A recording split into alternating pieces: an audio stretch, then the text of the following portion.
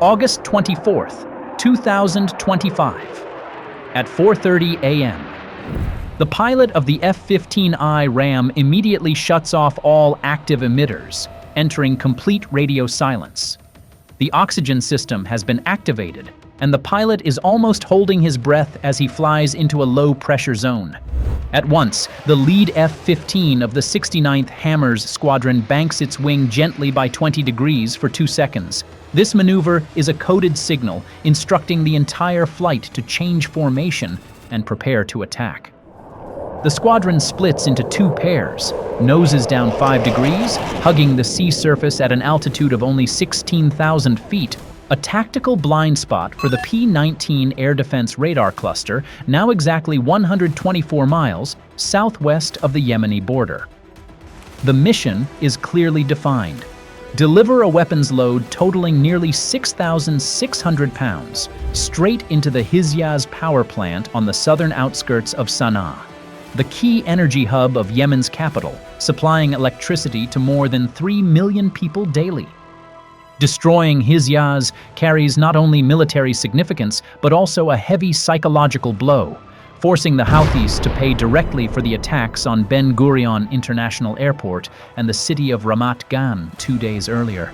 At this moment, 4 F-15s hide behind mountain ridgelines, slipping through the highland corridors of Yemen's southwest, just high enough to stay beyond the reach of shoulder-fired man-pads and just low enough to keep the P-19 flat-face early warning radar from achieving a stable lock. Like a game of hide-and-seek behind a wall, the seeker cannot catch the hider unless it stands on tiptoe to look down. But that's no simple task for the S-125 Pechora missile system, which is designed to intercept only subsonic aircraft. 2 F-100 PW-229 engines produce nearly 30,000 pounds of thrust, pushing the formation swiftly toward the Arabian Peninsula. On Houthi radar screens, based on outdated Soviet-era equipment, the F-15I formation is faint, disappearing into dead zones that the antiquated air defenses cannot cover. At 4:55 a.m., with only 30 miles to the target. On the squadron commander's head-up display, Sana'a begins to emerge beyond the horizon. But instead of scrutinizing the congested urban blocks, the eyes fix on a massive industrial complex south of the city, about 4 miles from the center, the Hizyaz power plant. Steel smokestacks, 195 feet, high thrust straight into the sky, reflecting the dim first light. Beside them, a concrete turbine hall nearly 295 feet, long stretches like a gray band, standing out amid a sea of low tin roofs, advertising the facility's enormous scale. Under the Rafael Littoning 3 infrared pod, every detail pops into crisp relief. Giant fuel tanks with a total capacity of 3.3 million gallons blaze with abnormal heat. From the main turbine, thermal output surges, glowing hot like a steel foundry. Thin plumes venting from the exhaust system indicate the plant is running at maximum capacity. In Israeli pilots' eyes, Hizyaz looks like the capital's mechanical heart.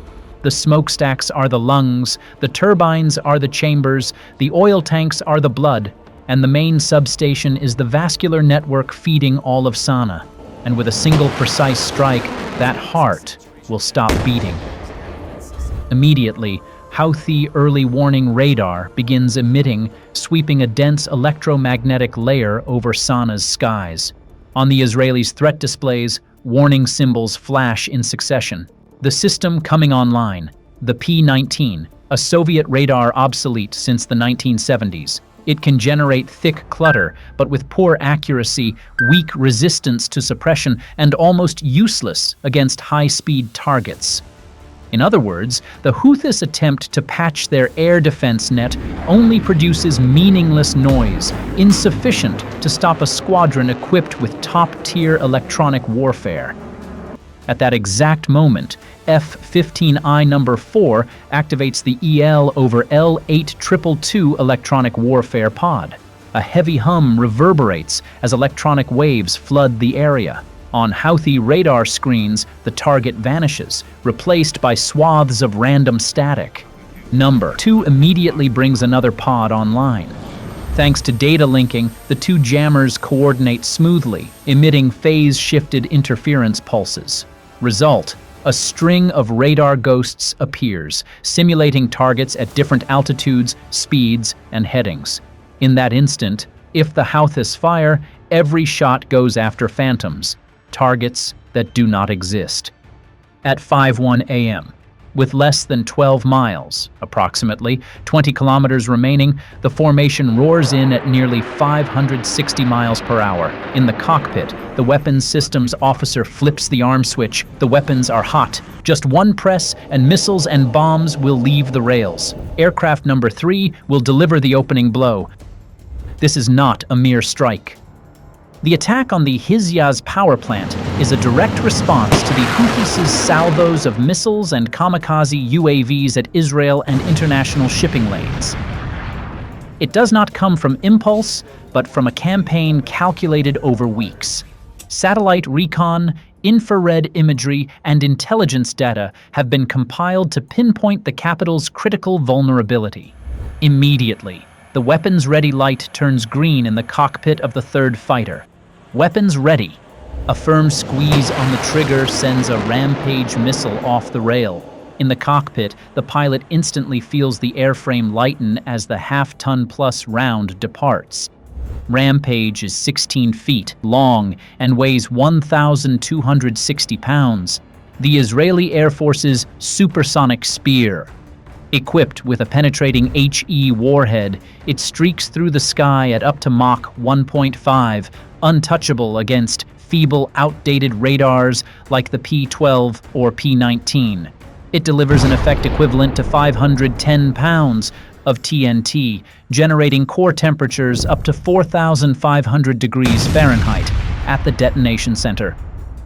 Just 45 seconds later, the Rampage plunges like a red-hot bolt, piercing the steel wall of a fuel tank before detonating. In an instant, an orange-gold column of fire spears upward, higher than 230 feet, hurling twisted steel plates and multi-ton concrete blocks skyward. Blinding light erupts, brighter than dawn, turning Sana's southern sky into a giant furnace at roughly 2,000 degrees Fahrenheit. Seconds later, a dense black mass of smoke coils violently upward, dark vortices punching into the heavens. The blast overpressure races outward in a heartbeat. Shockwaves slam into nearby buildings, shattering every pane of glass, the crash and clatter echoing for tens of seconds. From afar, the Hizyaz fuel depot is no longer an industrial site. It has become an artificial volcano, casting crimson light across a night sky tipping into morning. A citywide announcement that the nightmare has begun. Right afterward, while the fuel depot still rages, the two lead F-15I Ram have taken position. Under their wings hang Spice 2000s, precision-guided smart bombs programmed for the plant's core. Number 1 targets the central control building. A clean release, and the Spice 2000, streaking at 745 miles per hour, punches through the thick concrete roof and detonates inside. Spice 2000, the steel fist of the Israeli Air Force, mass 2,000 pounds. The BLU-109 penetrator warhead bores a hole through 6.5 feet of reinforced concrete before generating up to 5,400 degrees Fahrenheit at ground zero. The blast is equivalent to 660 pounds of TNT, with a deep penetration profile that creates extreme overpressure, destroying any aimed target. Against that level of destruction, ordinary reinforced concrete is helpless. The core infrastructure is crushed and torn from within, leaving only a charred crater amid rubble. In a blink, the BLU-109's penetrator drills through the control hall roof and bites deep inside. Then, a cataclysmic detonation slashes the sky. The building is ripped up from its foundations. The concrete roof pops like a pressure cooker lid, wall sections disintegrate, and tens of tons of concrete and steel blast outward like hail. A column of orange-gold fire shoots upward, smoke blooming into a mushroom shape as tremors ripple through the ground. In an instant, the control center, the plant's brain, becomes a charred pile of debris. Number 2 aims at the turbine block. When the bomb hits, the sound booms like thunder.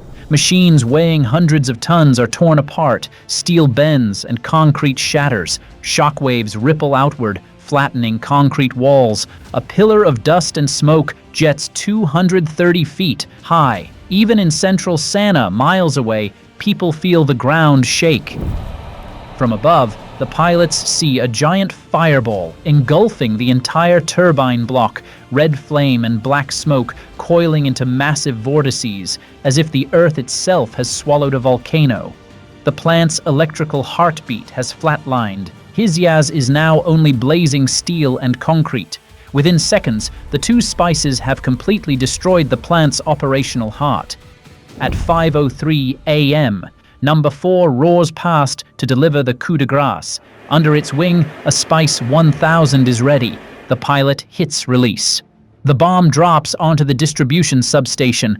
Lighter than its big brother, the Spice 1000 weighs about 1,000 pounds, delivering an explosive effect equivalent to 550 to 660 pounds of TNT. Designed for flexibility across platforms, it is still powerful enough to annihilate critical infrastructure. The blast not only generates shockwaves devastating within dozens of yards, but also triggers arcing and wide-area fires. Fire temperatures can reach 1,600 to 2,000 degrees Fahrenheit, accompanied by blue electrical flashes lighting up the sky. Spice 1000 doesn't burrow as deep as Spice 2000, nor is it as fast as Rampage, but it is the fatal lightning bolt. A single bomb can turn a $100 million substation into glowing scrap. The finishing strike rips the sky with a tearing roar, and the massive substation erupts like deadly fireworks. Transformers detonate in sequence, white-blue arcs flaring blindingly bright. For a few seconds, the light is so intense it outshines the rising sun, then it snuffs out, yielding to absolute darkness. Moments later, blue flames jet skyward as transformer oil burns fiercely, merging with the dense black smoke already billowing from the earlier fuel depot strike. Flame and smoke fuse into a towering wall that blankets the entire industrial zone. In under 5 minutes, the Hizyaz power plant becomes a giant inferno. The capital of Sana'a sinks back into primeval darkness. Only the red glow and the colossal black column of smoke testify to the strike's power. At 5:07 a.m., Houthi radar crews frantically shout over radios, but the scopes show nothing but false returns. They see dozens of phantom targets, unable to tell which, if any, are real. When they try to lock, missiles fail to track and drop mid-course. A few SA-6 launchers fire in desperation, all shots into empty sky. Meanwhile, overhead, the Israeli formation has already turned for egress. Not a single missile has tracked, not a single jet is hit. The Hizyaz plant, once a 60-megawatt mainstay for the city, is gone. Fires at the fuel depot still rage, black smoke blanketing the southern sky.